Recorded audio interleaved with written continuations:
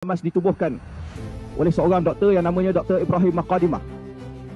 Cerita yang kita nak kongsikan, nak tunjukkan bagaimana semangat dan keazaman orang-orang yang terdahulu. Mereka inilah yang menyebabkan generasi mujahidin dan generasi anak-anak muda yang tak takut kepada mati pada hari ini mempertahankan bumi Gaza.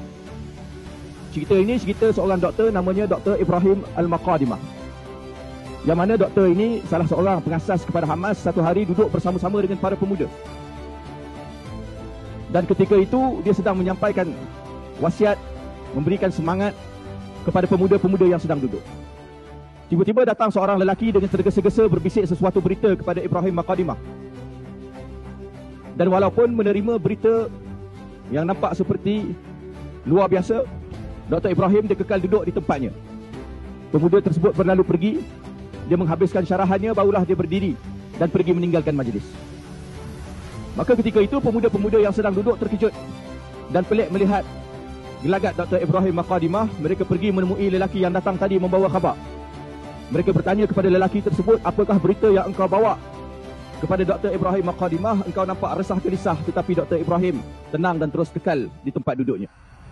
Maka lelaki tersebut memberitahu kepada pemuda-pemuda yang ada, sebenarnya ketika mana Dr. Ibrahim Maqadimah sedang menyampaikan pengisian sebentar tadi, maka anaknya pergi berenang bersama-sama dengan sahabat-sahabat yang lain di lautan. Allah takdirkan anaknya itu mati lemas, mati tenggelam. Lalu lelaki itu datang berbisik kepada Dr. Ibrahim Maqadimah, anak engkau telah mati lemas.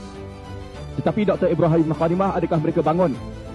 Adakah mereka ataupun adakah beliau pergi mendapatkan anaknya? Tidak, dihabiskan usrahnya, dihabiskan tazkirahnya, dihabiskan dakwahnya, barulah dia bangkit dan dipergi untuk melihat anaknya itu.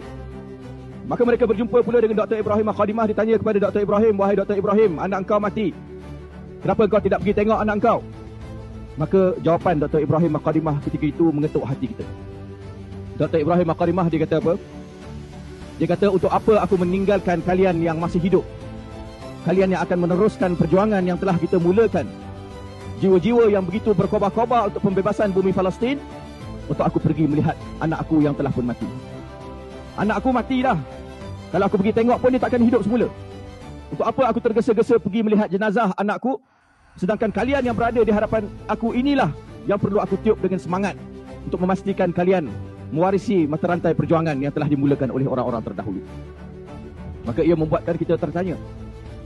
Kadang-kadang kita nak hadir untuk sembahyang subuh berjemaah di masjid, isteri kita tarik tangan, tak jadi dah untuk pergi sembahyang. Kadang-kadang nak hadir ke majlis forum Hari Palestin Surau As-Sabah, tiba-tiba anak demam sikit, alamak, tak dapat dah sampai ke surau. Kawan-kawan ajak bermesyuarat program-program dakwah di bawah NGO, hujan turun dengan lebat. Allah, rezeki Allah bagi hujan hari ini, tak payah hadir meeting. Alasan-alasan yang kita berikan tidak setimpal dan tidak sewajarnya sebagaimana yang ditunjukkan oleh Dr. Ibrahim Maqadimah, yang mana dengan kesungguhan dia, dengan istiqamah dia, dengan ikhlas dia, kita melihat hasilnya pada hari ini ada pada pemuda-pemuda yang sedang berjuang mempertahankan Palestin. Fast forward sedikit, tahun